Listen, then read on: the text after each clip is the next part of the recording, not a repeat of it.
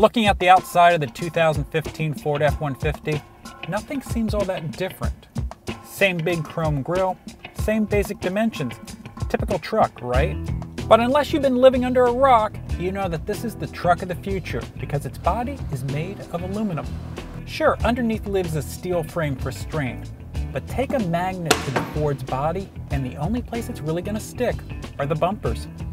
Now this is a huge gamble for America's best-selling truck. Just think about what Ford has to do to get all of this aluminum, figure out how to shape it, retool the factory, teach body shops how to fix the trucks after they've been in a crash. And oh yeah, aluminum costs more than the steel it replaces. So why do it? One word, weight. This well-equipped XLT Super Crew 4x4 weighed in at just over 5,000 pounds.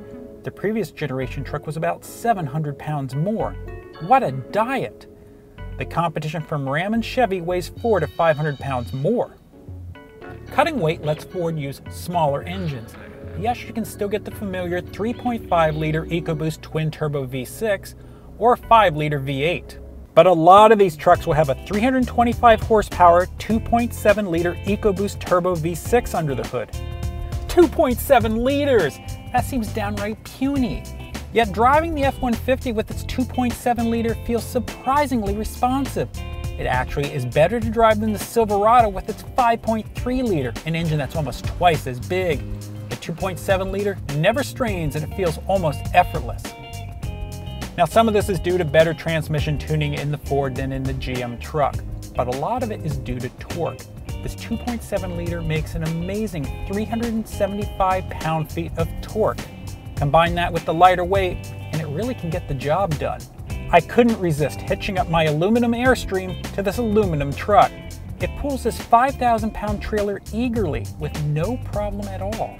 The 2.7 can tow up to 8,500 pounds if you spec it right, but the top dog towing engine is still going to be the 3.5-liter EcoBoost. Payload numbers are competitive too. But the number you really want to know, and the focus of all of these changes, is fuel economy. Now we can't tell you that yet because we haven't bought our own trucks to test. But from our experience with this truck, we're pretty sure that it's not going to eclipse the Ram EcoDiesel's 20 miles per gallon overall. But we think it has a pretty good shot of beating the otherwise best-in-class Chevy Silverado's 16 miles per gallon overall. Driving the F-150 is something less of a revelation than its powertrain, but that's not a bad thing. Steering is pretty direct, especially for a truck. It's super quiet too. But our first impression is that the F-150 just doesn't ride as well as the Ram, thanks to the Ram's unique coil spring rear suspension. Likewise, the cabin is evolution rather than revolution, but that's okay. A proper left dead pedal and telescoping steering wheel help ergonomics. Knobs and buttons help make my Ford Touch easier to deal with. There's plenty of room in the rear seat, tons of interior storage, and lots of neat features. Ford Sidestep and tailgate ladder are familiar options, but other clever touches like side mirror spotlights abound here. For all the neat touches, we wish the tailgate was easier to shut.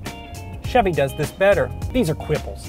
It may have taken 10 years for Ford to get around to redesigning the F-150, but the result is a truck that pushes boundaries.